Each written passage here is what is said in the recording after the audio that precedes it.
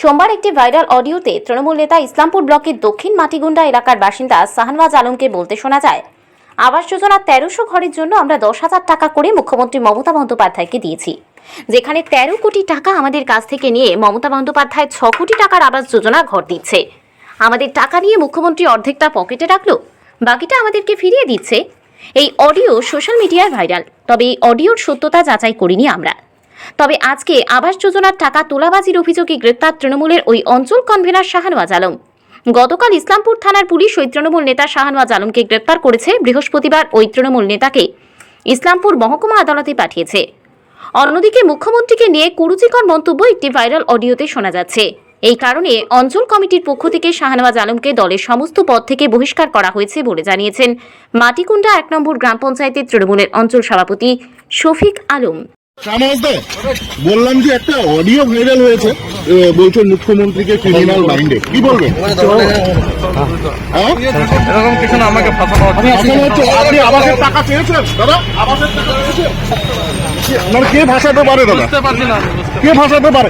একটু দাঁড়াও, একটু কে ভাষাতে পারে? জানি না। কে ভাষাতে পারে বলো না। তুমি আবাসের টাকা চেয়েছো? না। সরানো মানে মেরে দেবো, তারপর সরাবে নাকি? হ্যাঁ, আপনি কি টাকা চেয়েছেন? কেন ধরলো একটু বলুন না। বলো।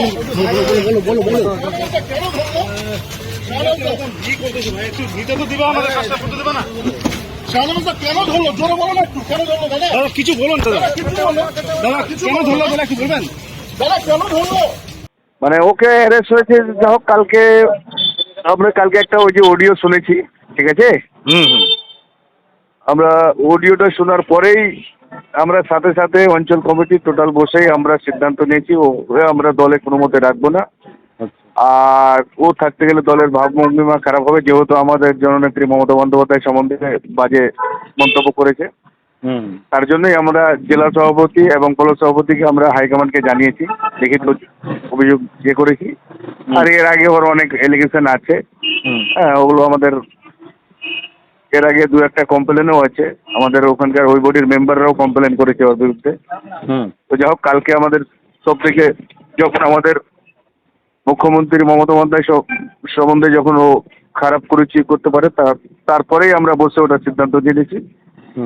ওনাকে পার্টি থেকে সাসপেন্ড করা হয়েছে এবং তৃণমূলের সাথে ওর কোনো সম্পর্ক থাকবে না।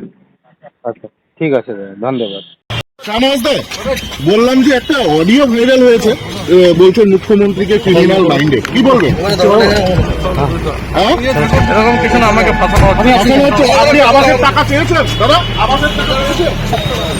মানে কে ভাষাতে পারে দাদা? বুঝতে পারছি না। কে ভাষাতে পারে? একটু দাঁড়াও, একটু কে ভাষাতে পারে? জানি না। কে ভাষাতে পারে বলো না। তুমি আবাসের টাকা চেয়েছো? না। সরানো মানে মেরে দেবো, তারপর সরাবে নাকি? হ্যাঁ, কে বললো সরানো? মেরে দিয়ে শোনাবে।